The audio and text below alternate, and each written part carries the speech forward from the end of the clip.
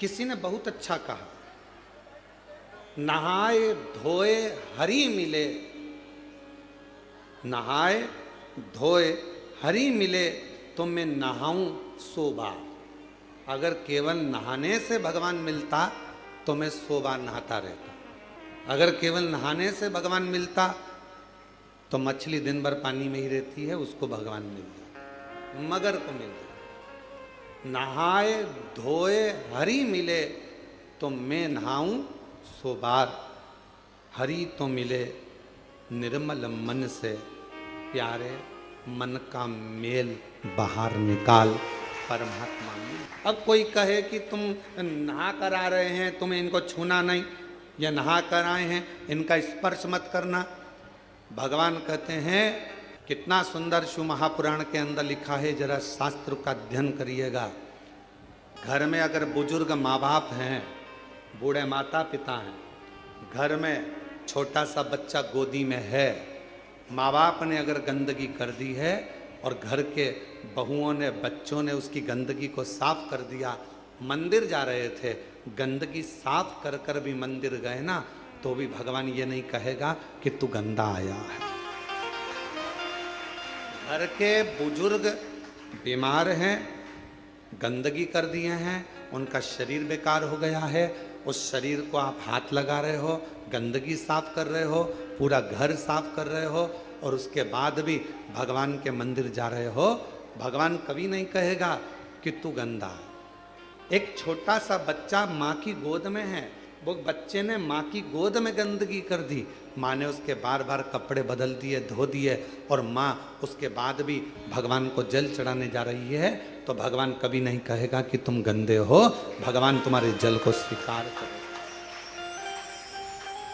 घर के बुजुर्ग माँ बाप, घर के बुजुर्ग सास ससुर, घर के बुजुर्ग, तुम्हारे घर में रहने वाला कोई बूढ़ा है व्यक्ति है, दादा दादी हैं, बुजुर्ग हैं, उनकी सेवा कर रहे हो, तुम मंदिर जा रहे हो और तुमने सोचा कि मंदिर से आकर ऐसा करूंगी, या मंदिर जा रहे हो तो मुझे साफ जाना है, तो शिव महापुराण की कथा कहती है, सबसे पहले बाबा को जल चढ़ाने से पहले अगर कोई घर का बुजुर्ग पलंग पर पड़ा है, बीमार है, और उसने गंदगी भी कर दी है ना, तो पहले साफ करो, फिर बाबा का नाम लेकर बड़े प्रेम से बाबा को जल चढ़ाने जाओ, बाबा तो भी स्वीकार करे। माँ बाप से बड़ी दुनिया में कोई पूजन नहीं। किसने कहा कि माता पिता से बड़ी कोई पूजा नहीं?